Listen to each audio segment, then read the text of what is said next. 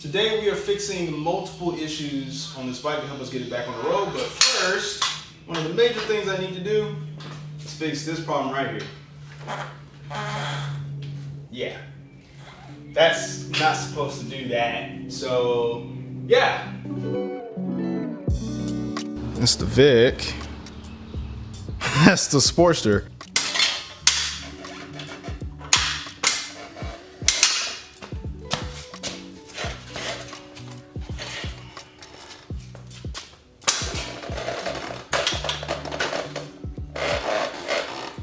We should be able to remove the jack from the bottom and that'll allow us to mess with this kickstand. So let's go ahead and do that. I was keeping it under there for safety measure, which I still might do just in case. Pull it back, put a little bit of pressure under it.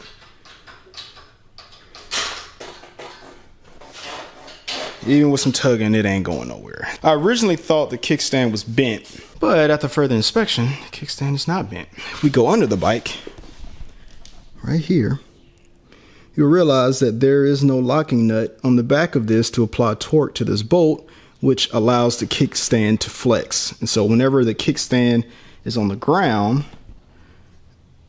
it bends like that and it causes it to fall over more than it needs to. So this kickstand's fine. Pretty sure the spring is fine. We just need to put this nut on here and torque it down, I believe to 35 foot-pounds. So what I'm going to do now that I don't have the jack, we can flip that up. And it should give us access to be able to put a bolt on the back of that. Luckily, I found one of these on eBay for 50 bucks. This is before I realized that the nut is simply not on the back of this, but this is actually from a Magnum X1. The difference being mostly the speakers and the paint, but this bracket is the exact same, and this is the kickstand, the spring, and that nut that we need to get off. So I'm gonna take this off and put it on our Magnum. To be honest, I should have diagnosed this before buying this kickstand, but to be honest with you, man, it'll be all right. He has another kickstand in case something ever happens to his. He has another spring in case something happens. He has another bracket. For $50, this kickstand alone is right at 200 bucks. This spring is $70. This bracket is another amount. This hardware is another probably $20. So honestly, it's not a bad deal. We should be able to leave this as it is. So this should go exactly as it has before. And worst case, if that kickstand is bent, we can still use this piece. Let's put this on there and see if it actually solves the problem. And if not, we can use more of these components. I would rather him have spare parts for this bike, considering they do not make it anymore and parts are starting to get a little hard to come by. Oh no, I'm not gonna be able to get on that. Huh. Crap. That's a little unfortunate. This may not be the fix for this, guys. This may actually be damaged. Oh, yeah, that's still not supposed to do that. All right, so I just found an Allen, a 6. Yeah, so that works. Just a 6. I can go like this. Probably I got to torque it to 35. Yep, there's still lateral play there. Something's wrong with this. I think it might have been worn down. Yeah, so change of plans. This is not, it's not working. So I think maybe there's some the metal's worn down here. I don't know. Maybe the bolt's shaved down in the center, causing it to have this play. It's not supposed to do that though. I'm thinking about just taking the whole kickstand off. Problem is, for me to do that, you need to take this line off. When I said take that oil line off, I was hoping it was just the bracket, but that looks like if you pull that off, you're gonna have oil coming out from the oil cooler right there. So we got this bolt, that bolt, and a couple of other ones, and this bracket should come all the way off just like the one we have on the table. You know, we got the engine supported and everything, so I think we'll be fine. That is a brake line. Let's see. There's only 2 holding this. Hopefully 2. These are all coming off. pretty easy. So once I do this, it should just fall off. So we got both of the kickstands and the brackets. This is the one that was on the bike. See that little gap right there? That is where that extra play is coming from. No matter how tight we get it, that's still gonna flex. And this is the one that's not bent. So that's the comparison. I think you can bend that back. You could put that in a press. You just squeeze those jaws slightly back together, but being that we have this entire piece, I'm just gonna take the screws off, put them on here, take that off, put it on here. I'm gonna put this on the bike. The only downside is both of the pads are worn out past their limits on both of these. It'll be fine. We just need something where this bike doesn't fall over more than it already is. So we're gonna slap this back on. I think we'll be good.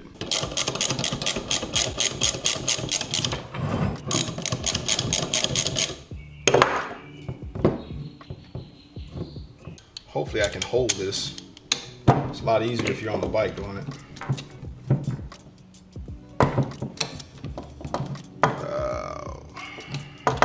Yeah, this pad looks pretty bad. Ideally, you take this out, drill the rivets out. We will worry about this another day, but let's just get this thing where it can sit on this kickstand without looking like it's about to fall over.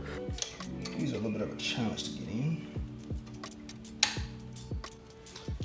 Now we cooking with grease, baby. I actually think this kickstand has a slight bend to it, but nothing like the other one, so just gonna go with it, man. Like I said, we'll replace that pad later.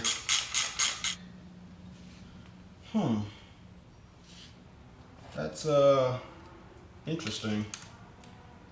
I may have gotten this completely wrong as far as what's actually wrong with this. This kickstand's doing the same thing, man. Where it's got that play in it. Because as soon as the weight comes down, it's gonna spread up just like that. We're gonna see what it does. Let's see, 35 foot-pounds. Actually, I'm not done tightening this down. I have to keep tightening this down. I'm not done yet. Now I am. That up. You know, I'm starting to wonder if that's the problem, because that's still giving some lateral play that I'm not too happy with. But let's lower the bike down. We got it torqued down, and let's see what happens. Moment of truth, man. I'm a little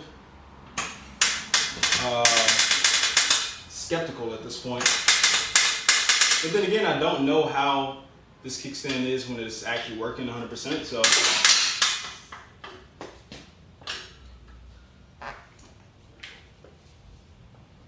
I still feel like that's low. That still looks low. Looks better, but I still don't think that's right. There's something else that could be going on. I don't know if he's messed with the rear suspension on this bike. So you can actually increase and decrease the PSI of the monoshock. Right, where is it? Right in there. That's it, right there. There's an air line right here. You basically just plug it up just like a tire, or add air just like a tire and decrease air. I don't know if that's going to be significant enough to raise the bike up more than what it already is, but that's, man, something's still not right. Hooked up to the airline. We're gonna see what this thing is at.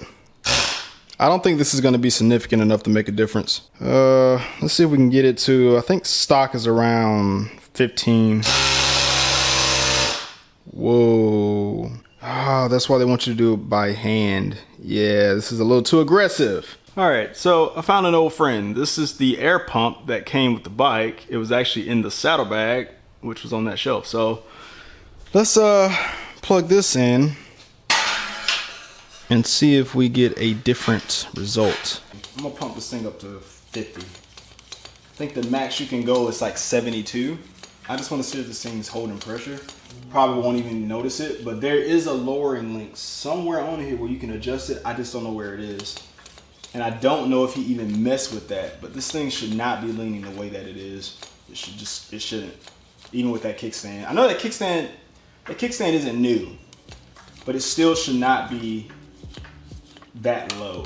I'm gonna let it sit for a minute. We're gonna see if it leaks.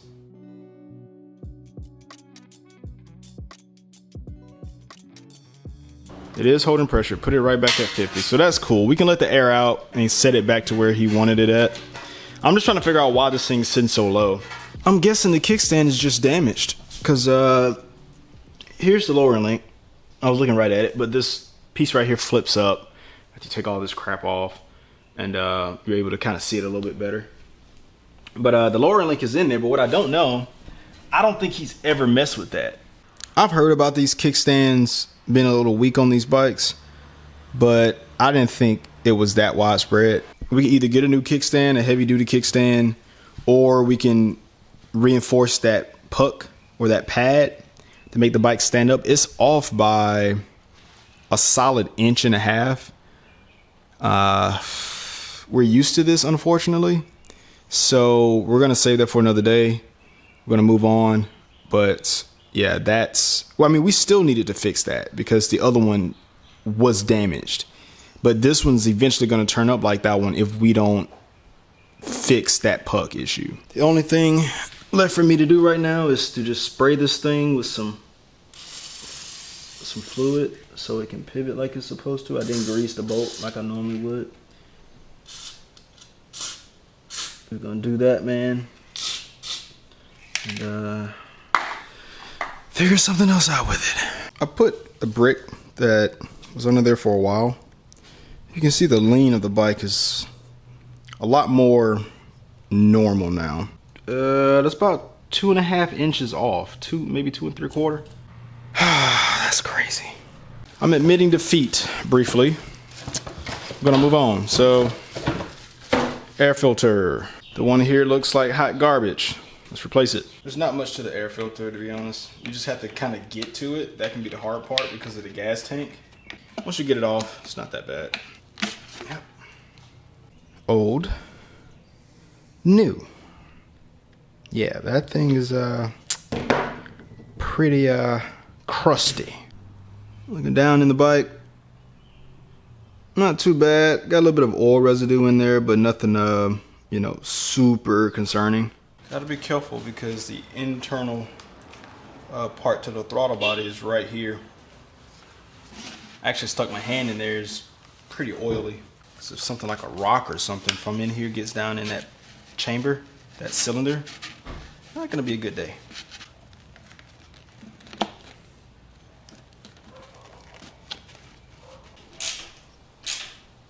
All right. And this one. That's done. Next up, we're going to look at this exhaust. But shout out to my neighbor.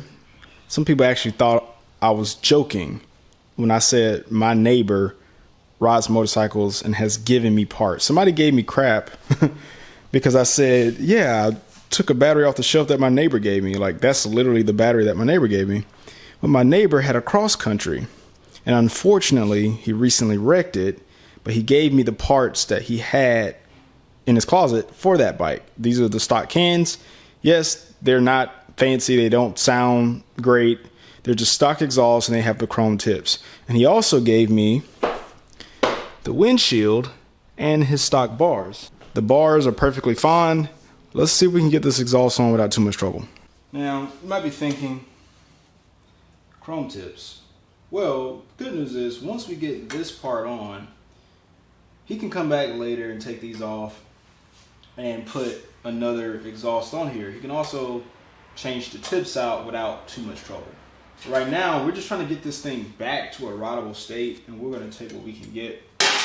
So, got to slide this on. See if we can get it. It should go on pretty easy. Getting them off is always a freaking challenge. I don't suspect that I'm going to have to do too much work back here just to get it back on the street. Now, this rotor, for instance, technically this rotor needs to be changed. because while this is a semi-floating rotor, that's a little too much play in that rotor. I'm not gonna worry about it today. If I have to, we can come back, take this stuff off. I need to get this thing in a state where I know it's good, and then I can go back and do whatever I need to do. But honestly, wow, that wire's actually, what is this from?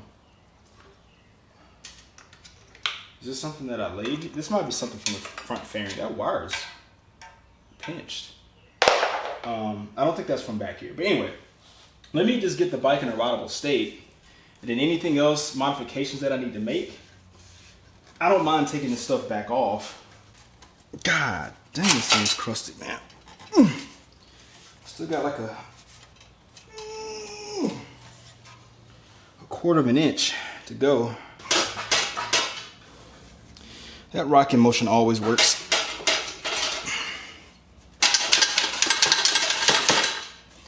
All right, so now this should be lined up. This rear tire still has some good tread on it. Whoa. Let's see. That might have gotten it.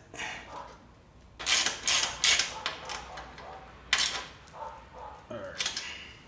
I can go look up the torque value later, but honestly, it's probably tight enough. Now we still got to do the heat shield. We got to get another heat shield for this. We got to put the saddlebag pieces back on here. So that side went on pretty easy, but this other side is going to be a little bit more challenging. So you see that bracket, right? It's perpendicular to the frame. The exhaust is parallel to the frame. Everything there looks good. But look at that bracket, then look here. That bracket is actually bent. So I'm going to have to bend that bracket down so we can get that exhaust mounted. Now, I get it. It's a stock exhaust. It's not going to sound amazing, but that's beyond the scope of what I'm here to do. For us to do this, we need a plane of attack. I actually just realized that there's a dent right here in the subframe.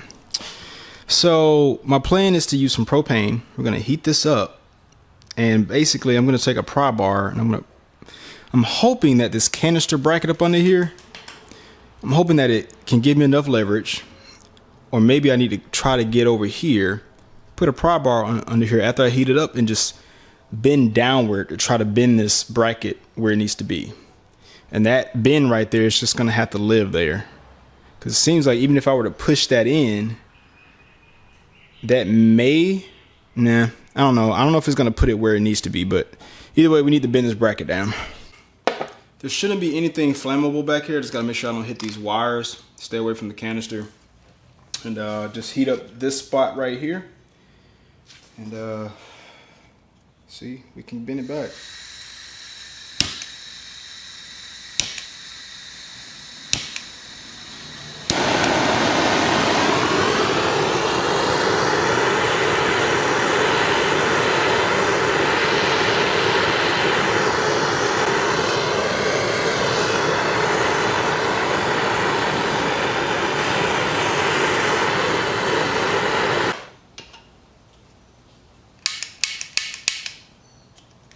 All right, let's bend it. This may be something that I have to eyeball. It's definitely hot. But heating it up is going to allow this to move a lot easier. I don't know if that moved it at all. Heck no, I didn't move it. Woo-wee, this is going to take a... I'm trying to think. How can I get leverage on this thing?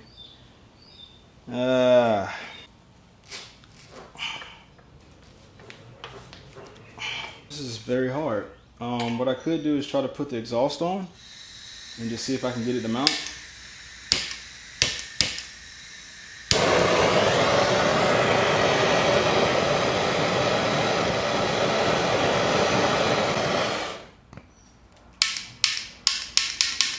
All right, we're gonna try this again, man.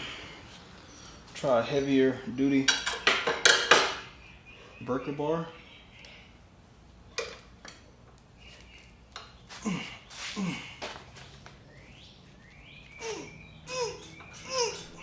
got it move a little bit. Probably not optimal, but it's definitely it's definitely been moved a little bit. Nah, looking at it back from here, that's pretty freaking close. I'm gonna put this exhaust on to see what we get. I think we might be good.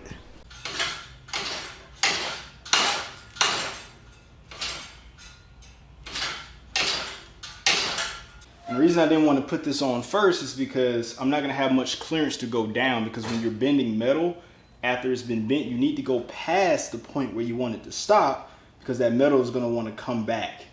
So, you know, we're going to see. Maybe I get lucky and I bent it enough.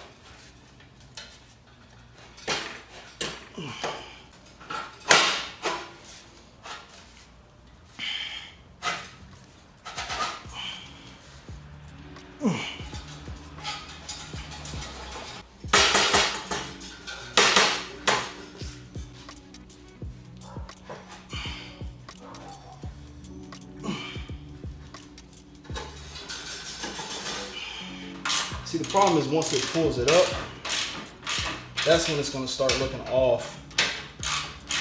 And I'm just going to have to like sit the bike straight up, like level it out and just see. And what I'm going to do also, I'm going to throw some spray paint in here so that I can stop that rust. We should be able to stop that. I think that should be good enough. Then I'll go back and tighten these up. And, yeah, man, they're not. You got to remember too that when you straighten the bike out, it's all about how the bike looks like when it's leveled, because it's gonna look a little off now. But hopefully, when I level the bike out, it looks fine. But let's go ahead and get these little pieces on here that hold the saddlebag on. When I took the old exhaust and threw those away, I took these little pads off. So not we'd have had to buy them, but they just slide in these holes. I put some grease on them just so it can slide in there a little bit easier. Just like that. This one. Just like that. Okay, I still gotta go back here and tighten up these because we're missing a heat shield right here. Also, I gotta clamp the exhaust tube to the header via the main clamp as well. I need to do that. All right, they're both in there. I still need to go back and do the heat shields. We are missing one. This one's scratched up. We're not gonna worry about that. We're fine with that. But this main piece that connects the tube, the exhaust tube to the header, that's a major piece I gotta do on both sides as well. But progress, man.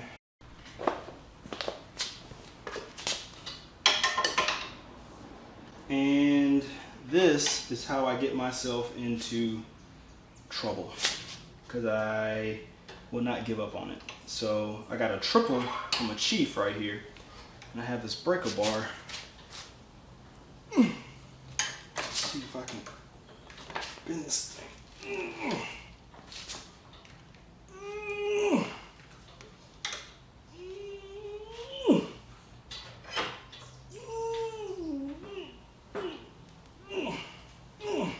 All right, I'm gonna give up on that for now. It's on there, it's mounted. I don't think it'll be too much of a problem. The saddlebag should sit on that just fine, but you can see how that one on the right, it curves in just a little bit. It looks even more pronounced from the other side. Now you can really see how it curves in on the right side of the bike or on the left at this point. I think it'll be fine. If I have to, I can make an adjustment. It would have been a lot easier for me to bend this if I was able to get an entire pipe over this and then bend it down, but I just wasn't able to get something fully on this. So as I was trying to, bend this, the leverage was, all of it was being applied here and not here, which is the most critical point. That's where the bend actually happened, to the point where this pushed in, or maybe, yeah, I guess pushed down and pull this out. But it's fine for now. Let's look at this. I think we'll get an idea.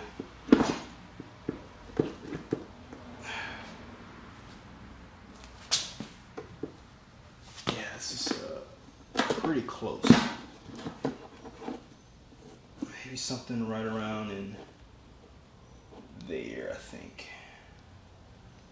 I don't remember exactly where the mount point is for these because there's a bracket. Yeah, here's that bracket. So yeah, I think the mount point's here and here. So on this side, actually no, I'm wrong. Yeah, so the mount point for the bracket's here and here, but they mount to the bag. The bags mount here and a little bit further back. So right now, yeah, there's that point there, and I have that hole a little bit further back. So this is kind of where the bag is going to sit. And you see that the bag's been kind of repaired. If you remember, this bag was in straight pieces. There's still some work to do to kind of get this thing. There's the hole back there for the antenna. I don't think we're going to have that closeout piece in time because it sits in between here. I cannot find one for a decent price. They all want human sacrifices for them. But that bag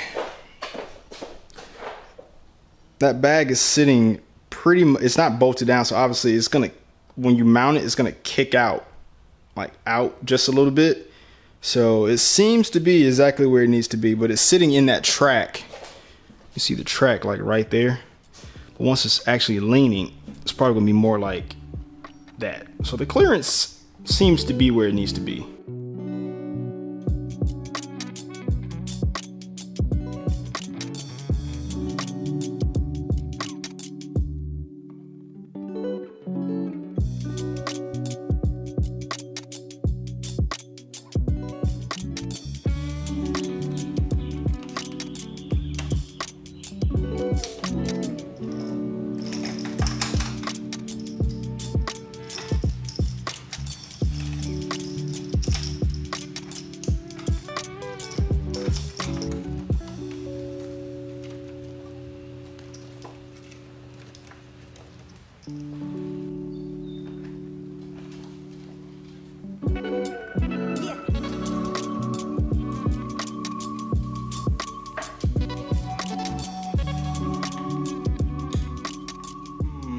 We have pretty much everything kind of where it needs to be. If I were to put a fairing piece on, this stuff shouldn't be poking out, preventing it from going on. Also, these are the wires for the headlight.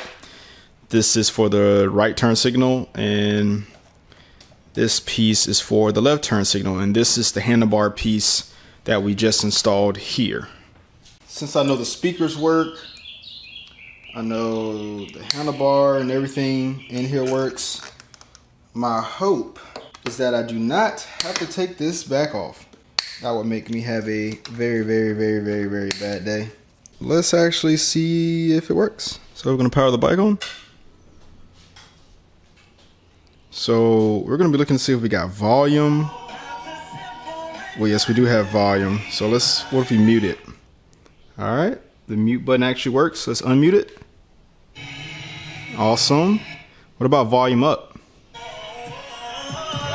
Volume up, volume down. Okay. What about swapping modes? Let's see. If I press the mode button. Okay, that's not working. What if I unmute the bike? Let's turn the volume down. Okay, for some reason I had to be off of the mute screen. So I'm cycling through using the mode button, USB, nav audio. Okay, what if I hold that button? Okay, that takes me to the bass. And mid's in trouble, so we can change the equalizer of the bike, change the audio out, audio. Okay, yeah, there we go.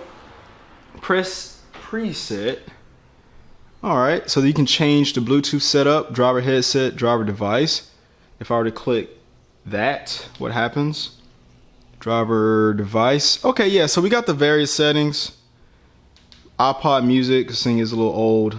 To be honest, I'm glad that Indian has gone away from this rubberized button thing because it is not reliable. Like, I'm pressing it right now. It's just not working. But if I press it a certain way, it works. So I'm glad they don't, like, see, I'm pressing that.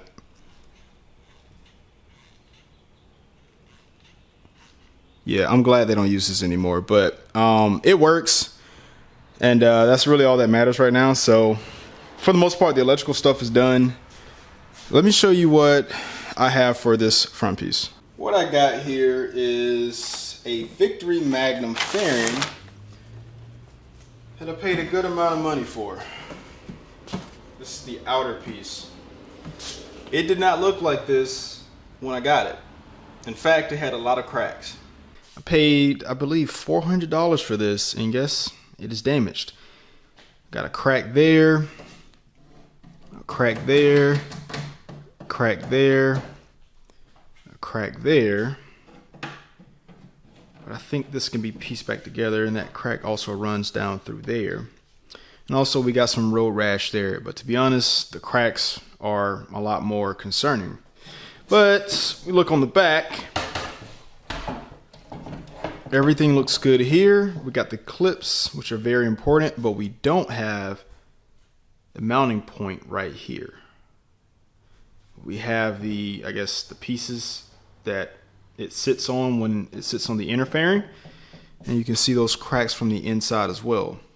So honestly, yeah, $400 for this. This is part of rebuilding Victory motorcycles, man. You kind of have to take what you can get. I went to multiple body shops locally to find somebody that could just simply repair the freaking cracks. I knew it could be done. I just needed to find somebody that would be willing to do it. 4 body shops turned me away, but one body shop, they said they couldn't do it, but they had a guy that worked there that could do it on the side. And that's what happened. I paid the guy an extra $100 and he fixed all of the individual little cracks. He didn't do like a perfect job. I said, I just need the cracks fixed, the major cracks. There is still one right there. He would have fixed it, but I told him don't worry about it. And all this right here, he put some very thick primer on here. I'm gonna have to go back, and I think that's actually the putty stuff, the plastic putty stuff. I'm gonna go back and fix that. But you can see those cracks are not there anymore. Now this one, I still got to work on blending this part right here. He was willing to do it. I said, just give it here. I want it now. You can see how that primer that he put on there actually covered up one of the stripes. But if we flip this over, this is where you see where the magic actually happened. That is the stuff that he used. I think he called this stuff, oh man, I forgot, but it works so well. He put it there, he put it there, and he put it along the edges of here. I told him, don't worry about cleaning this up. You're not gonna see this. This probably won't even get painted. But the thing that I have to do now, see that little piece right there? We don't have that on this side. So now I gotta go back and patch this in. The idea is that I'm going to use the busted up fairing. See, on this side, we don't have that piece. I'm just gonna snip that piece right here. Just cut it on the edge. And then this is gonna allow me to just bridge it in to the one that we do have. Yeah, it's gonna be a different color. We don't care about that. We need that piece.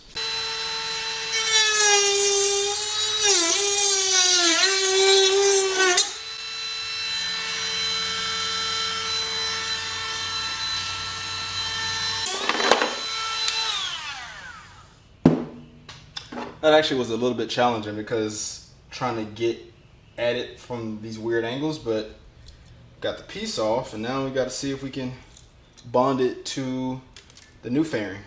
I need to get these clips because we are not going to waste anything. We need every single piece that can be saved off this bike. Even when the bike is complete, we're going to keep this because this little piece of hardware from Indian Polaris, this piece of hardware might be $2 for one of these. So yeah, we're going to use everything we got. The challenge is going to be now to trim this down to get it to fit, but this piece is used to mount the fairing to the inner fairing. I made a mark, but I got to make sure I don't cut too much off, so I'm going to do a slow cut, meaning if I need to cut off more, I cut off more. I don't want to cut too much off.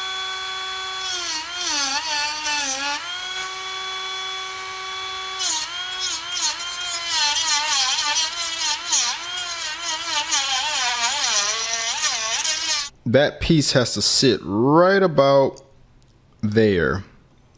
So that means I need to cut off a little bit more on that side. I'd rather cut this side off than cut this side off because it needs to sit more to this side. So I think that's what we're gonna do, because you can see on this side how it sits on the panel under. That was actually a pretty good cut. Now I gotta chop this side off.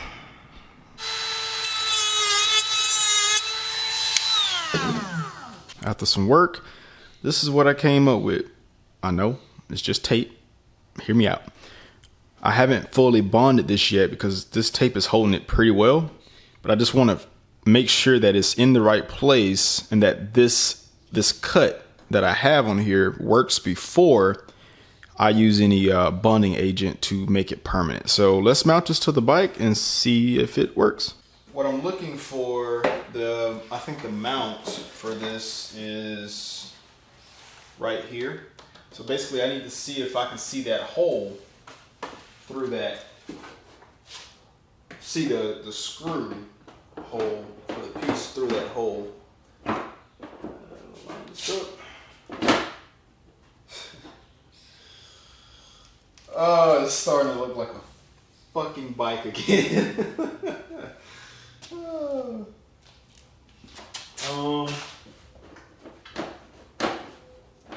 There's a little bit of today's today, man. Let me know. Go ahead. Ain't none of it. Yes, I'll have to pull that side in. Yep, there we go.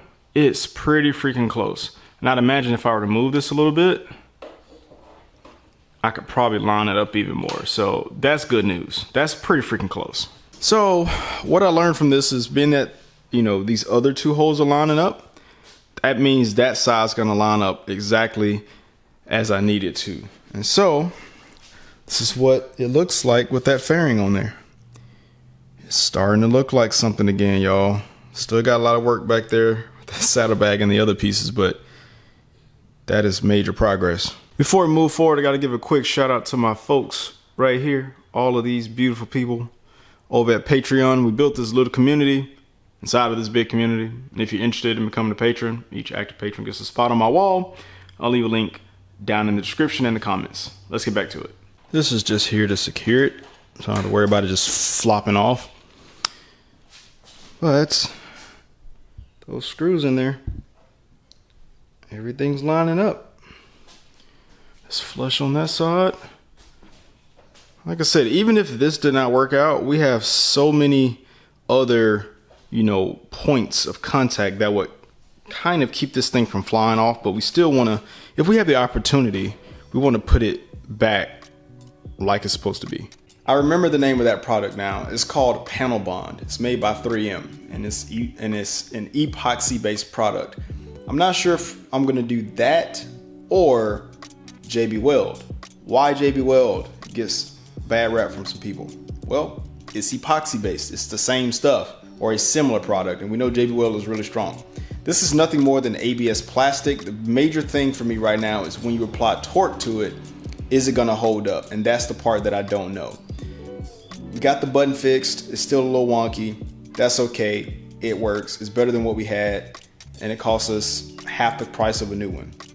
Kickstand, still a bit of a mystery. I got time to figure that out. It's not critical, but the bones of the bike, the exhaust, a little wonky. I slept on it, came out here, barely could tell that it was off. But I will tell you this, guys. Everything that I'm doing to this bike, I would do to my own bikes. This is not something that I'm just slapping together. I would do the same thing to mine.